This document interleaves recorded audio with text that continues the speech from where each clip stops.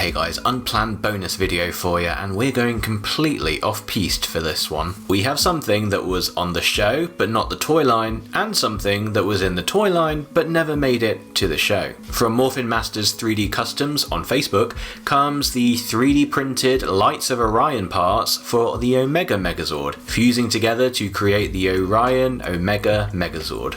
And secondly, from Bandai America, we have the Titanium Landcrawler, a toyline exclusive they're careful not to even call a Zord, and was actually one of the original figure armour type toys. But you can't dispute that it's definitely based off the Omega Megazord design, and that with the majority of the Zord line being smaller than a usual season, it definitely looks right beside the rest of them. The toy history then, and for the Orion Omega Megazord, even though never mentioned on screen, I love the retrospective name Power Ranger fans have given it. The Lights of Orion were a mythical energy force that could be activated by the 5 Lost Galaxy Rangers, combined with the Lightspeed Rescue Rangers, and we had 10 Rangers in a Megazord cockpit for the first time ever. The name is actually also a star constellation. Omega Orionis, if I'm saying that correctly, is a giant star type star, not part of the Orion constellation outline, but is within the borders of the constellation.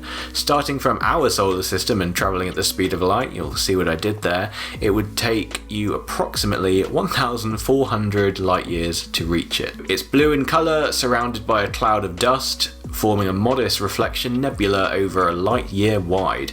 Why is this important? Well, maybe it's not, but you have to wonder if it explains how Omega Megazord got its name in the first place. Again, these are custom made parts. They never sold versions of these for the Omega Megazord or even a year previous for the Lost Galaxy Megazord, and while they did get a Gingaman release in Japan, those parts don't fit the Victory Mars Robo. That would have been cool to have parts from one year still function with another toy line from the next, but I just don't think they were thinking a year down the line. They were barely thinking within the same season during that toy line, as I've already expressed in my Why I Don't Buy Lost Galaxy video. And as we saw last time, despite there being a 5th Megazord based on the 6 Zord combo, Titanium Ranger doesn't get much of a look in, with still just one Zord in the series. This toy exclusive would kind of give him another in the Titanium Landcrawler. Going on to the design, and you have to love that with its new Lights of Orion power-up, the Omega Megazord goes from being the only Lightspeed Megazord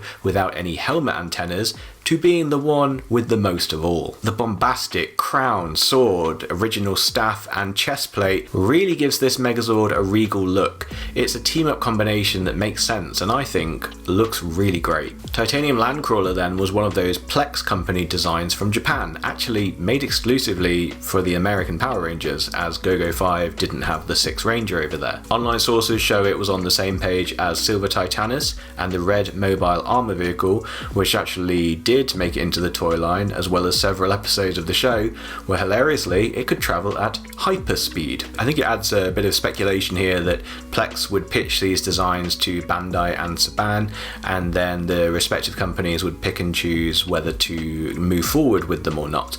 Obviously Bandai took everything, but Saban were a bit tighter with the purse strings and would only actually feature the Red Ranger vehicle in the show. Also, the Red Ranger one was unmistakably vehicle based, whereas this one there's definitely design influences from Omega Megazord and hints of the original Omegazords present on the limbs and torso, so I'm not sure how this would have worked if it had been brought onto the show only as a vehicle. To me, it looks better as a Zord. The differences from the original then? Well, I guess this only really applies to the Lights of Orion pieces, and of course we can only compare them to the Gingaman equivalent pieces, which I don't have. But just to quickly explain why they're not cross-compatible, obviously the 2 Megazords that they were built for were very different in size. These custom pieces are obviously made with the Omega Megazord in mind, so the crown is just tight enough to grip the strange helmet shape of that Megazord. The chest plate doesn't clip on but just rests on Omegazord 1. You may remember the red Galacta Beast for Lost Galaxy was much more curved and and had different dimensions. And then even the Power Sword, which I'm so pleased that Morphin Masters 3D Customs was able to include,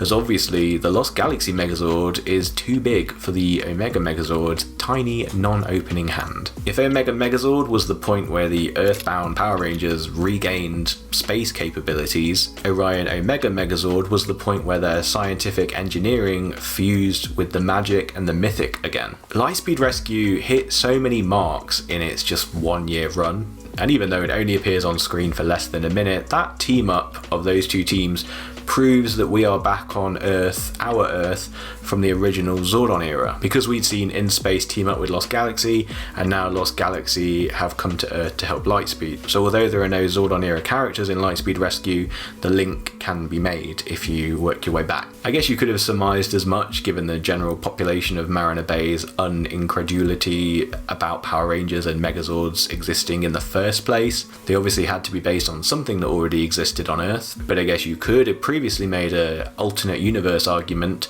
that in this universe Power Rangers had always only ever existed as man-made services. Lost Galaxy, who we knew had met in space and had Corone serve as a ranger, proved that Lightspeed Rescue is just another corner of the same universe. And by combining their very different power sources, we theoretically get our first 10 Ranger Megazord-ish. What's bad about them then? I guess for the custom and really any 3D printed customs, it's that it comes unpainted. So I've actually painted and repainted my pieces several times now. I keep going between 2 yellow and 2 gold. It really makes you appreciate Bandai making the decision for you sometimes. But it's 3D printed plastic, and that's currently where the tech is at. For the Titanium Land Crawler, I should note that my version is secondhand and did not come with the original Titanium Ranger figure, though I do have an alternative I can use as they were in the same proportions. Mine also didn't come with the 2 little grabber pieces that you use in its crawler mode, though from what I can tell these aren't actually adjustable anyway, they just clip on. Yeah, the transformation from the crawler to I guess its Megazord mode, it's lacking.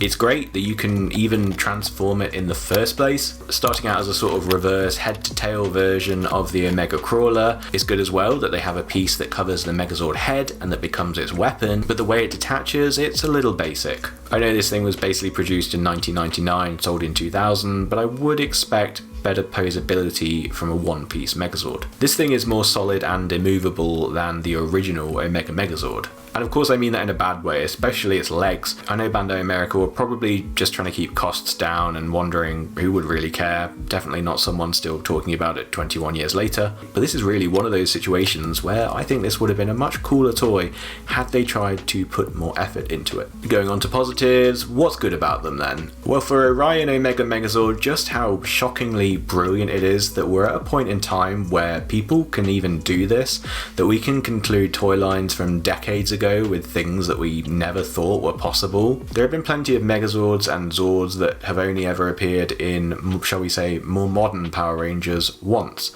And yet we still got toys of them, probably because they were over 2-year toy lines. Yet from Lightspeed Rescue's era, even 3 episode appearances wasn't enough to make it into the toy line, as in the case of the Lifeforce Megazord. And it's the same again here as it was for the Lights of Orion Lost Galaxy Megazord pieces, which also had no obvious retail option. But here we are, finally able to represent that beautiful occasion where 2 teams were able to come together and combine their powers into one Megazord. So I guess going by the same logic, I should expect to have a Beast X Lionzord head for the Dino Charge Megazord to hold by around the year 2040. And for Titanium Landcrawler, having already critiqued what posability isn't there, the shoulder rotation is exceptional. Yeah, even if it doesn't have elbows, and the crawler legs don't pose exactly how you'd like them to either. And this was nearly a negative, because much like the cannons on the Lightspeed Solarzord combination, it would look better if the crawler's lower legs could be hidden back behind it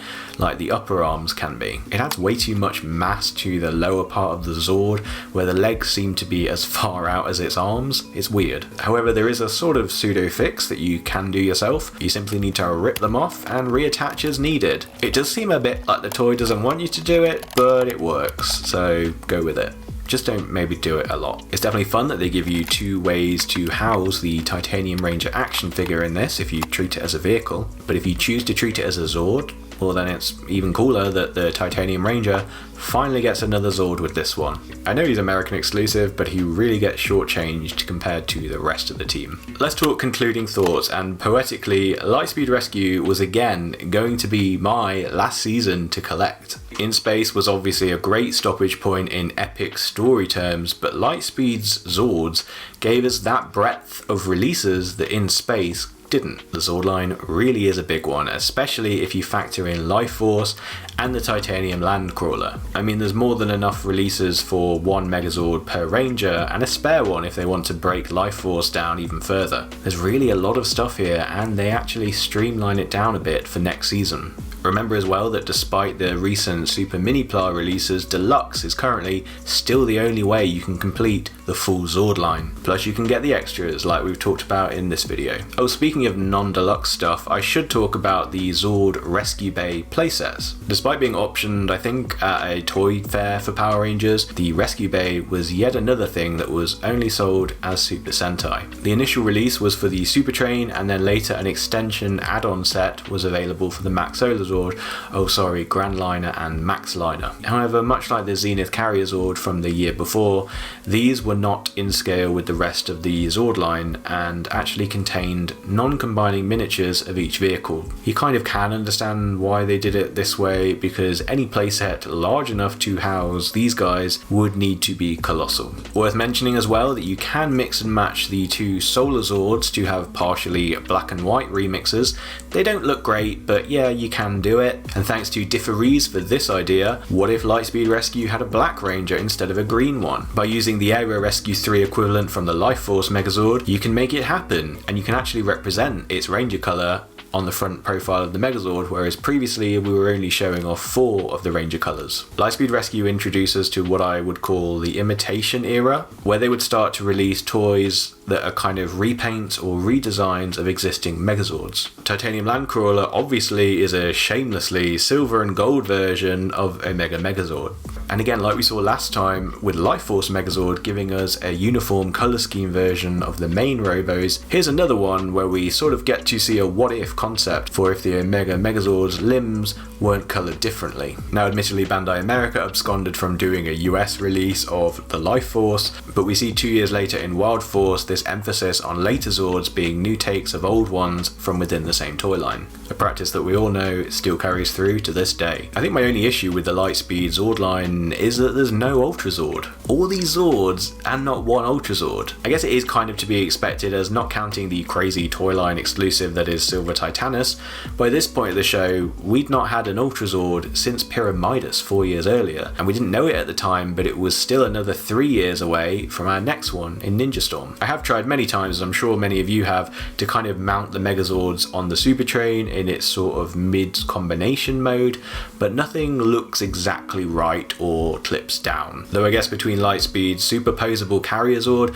the great dual Megazord combination in 2 colour varieties no less, and now a Megazord which can harness the power upgrade of another team, they did more than enough interesting stuff in the place of a usual Ultrazord. And as I previously talked about, Supertrain really was the linchpin of the line. You buy that because it's the coolest one, and it just makes you want the rest. It kind of pulls them in by magnetism. What do you guys think about this? But I think I see Lightspeed Rescue as sort of a deconstruction of what is power. Where does the Ranger's power come from? You've got these gigantic emergency vehicles and rail rescues, which are impressions of Ranger Zords, but recreated by science and engineering. You've got a 6 Ranger whose powers are only able to be harnessed by someone who was raised in darkness by demons, but then you have the contrast of his Zord being powered by the light of the sun. Our last 2 teams of Rangers flew into outer space, and finally with the Omega Megazord, Lightspeed had a way to kind of catch up with them if they wanted to, and now they've got this literal magical power up from another team. They're sideways colleagues, if you will. And lastly, of course, a Megazord powered by willpower or life force, or perhaps, as I suggested last time, the drive to work, the effort you put into your job. All these aspects of power were so different to what we'd had before in Power Rangers. They weren't based on power coins, they gave us new impressions on what power power could be and where it could come from. I think it's true for both GoGo 5 and Lightspeed Rescue that they really straddled the new millennium and the obvious big change in taking their respective series from the 20th through to the 21st century. The original designs for the Sentai really took itself seriously here. They riffed on classic themes, vehicles, spacecraft, carriers, but somehow made it feel fresh by giving us a great combination